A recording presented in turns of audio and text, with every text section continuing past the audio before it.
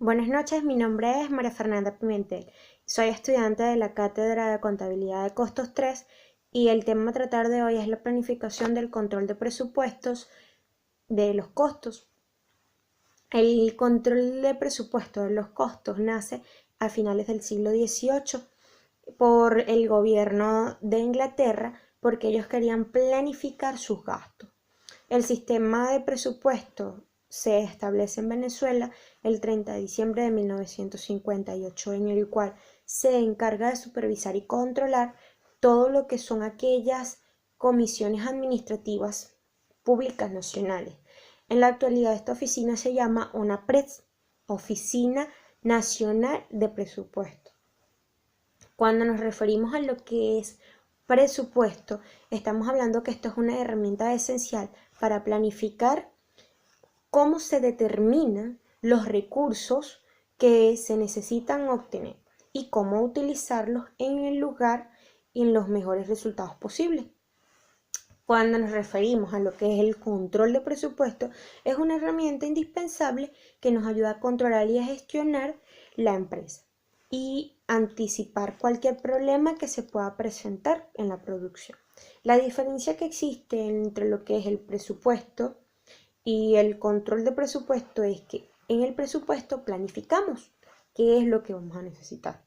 Y el control de presupuesto lo que nos va a ayudar es a controlar y a gestionar que esa evaluación sea rentable para la empresa.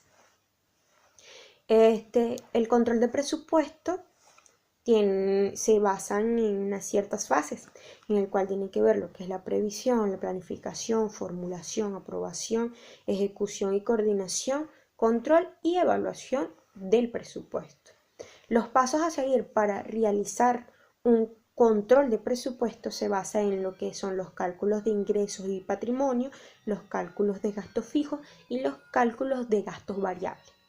Cuando nos referimos a lo que es control de presupuesto, es el que se encarga de controlar las entradas de las previsiones y de los resultados reales. Cuando hablamos de previsiones, nos estamos refiriendo a que es lo previsto, lo que tenemos previsto para nuestra empresa, qué necesitamos, qué cantidad. Un ejemplo, tengo una empresa de hacer faros y necesito tuercas. Yo tengo un previsto de pedir 10 tuercas en mi presupuesto para yo producir mi venta y resulta que realmente de ese presupuesto de 10 tuercas simplemente me llegaron 5. Entonces, lo previsto no es igual a lo que es el resultado real. A eso nos referimos.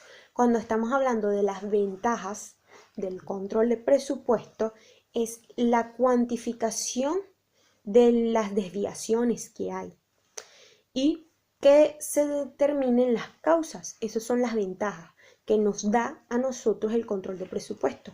Cuando nos estamos refiriendo a cuáles son esas causas que nos determinan la desviación de ese presupuesto, nos basamos en lo que es el precio, el volumen, la cantidad, la ineficiencia, ya sea de la ejecución del presupuesto o de la actividad, o algún error de previsión de presupuesto. Existen dos tipos de desviaciones de presupuesto. Está la desviación teórica o técnica. Y está también la desviación económica, que la desviación técnica se basa más que todo en lo que es la cantidad pedida o solicitada en ese presupuesto menos la cantidad real que me llegó de esa mercancía, multiplicado por el precio obtenido en ese presupuesto. Un ejemplo de ello es que si yo en mi presupuesto solicité 5 tuercas, ¿verdad? Yo tengo eso que es la cantidad de mi presupuesto, pero en la cantidad real de mi presupuesto solamente llegaron 2 tuercas. Entonces yo hago la resta de ellos y lo multiplico por el precio y así obtendré mi desviación técnica.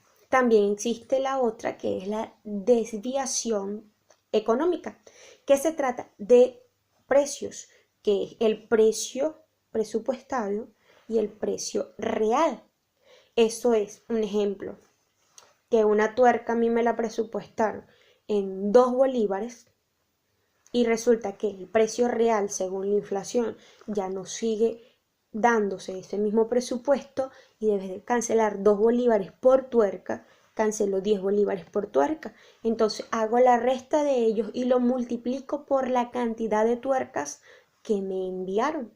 En este caso podrían ser por 10 o 12 o la cantidad de tuercas que hayan llegado. Esto a nosotros nos va a dar el resultado tanto de la desviación económica como el resultado de la desviación técnica con la fórmula anterior explicada. Esto pueden darse incluso en muchas empresas, se pueden dar las dos desviaciones, tanto la técnica como la teórica. Puede haber diferencias entre las cantidades del presupuesto como en precio. En ambas se pueden dar las dos. Como conclusión de esto, podemos decir que el control de presupuesto nos ayuda a saber exactamente cuáles van a ser los gastos de nuestros capitales, en las cuales nosotros vamos a saber cómo va a ser nuestras pautas de consumo a nivel empresarial y de qué manera podemos nosotros modificar esas pautas para así disminuir gastos y aumentar nuestro capital y así no tener tanto derroche a nivel de presupuesto.